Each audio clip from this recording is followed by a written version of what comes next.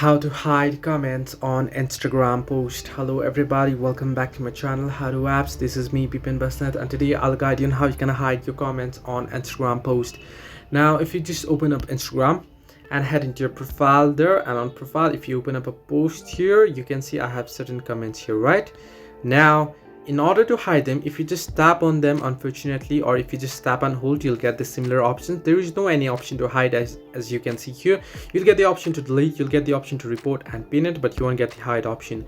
What you can do is on the post, you can tap on three dots option that you get done with the post, and then simply tap and turn off commenting. And once you do so, no one else will be able to see your comments on that particular post, and they won't be able to comment as well. So your comments will be hidden. The comments won't be deleted. If you just enable commenting here, then the comments will be back here, but for the time being it'll be hidden. So this is one of the way you can hide comments on Instagram post. Now if you're just trying to create a new post and there you are about to post a new post, what you can do is you can simply turn off commenting on that post as well. So this is the way you can hide Instagram comments. Hope this helped you. Do like and subscribe, and do not forget to leave a comment down below if you have any further issues.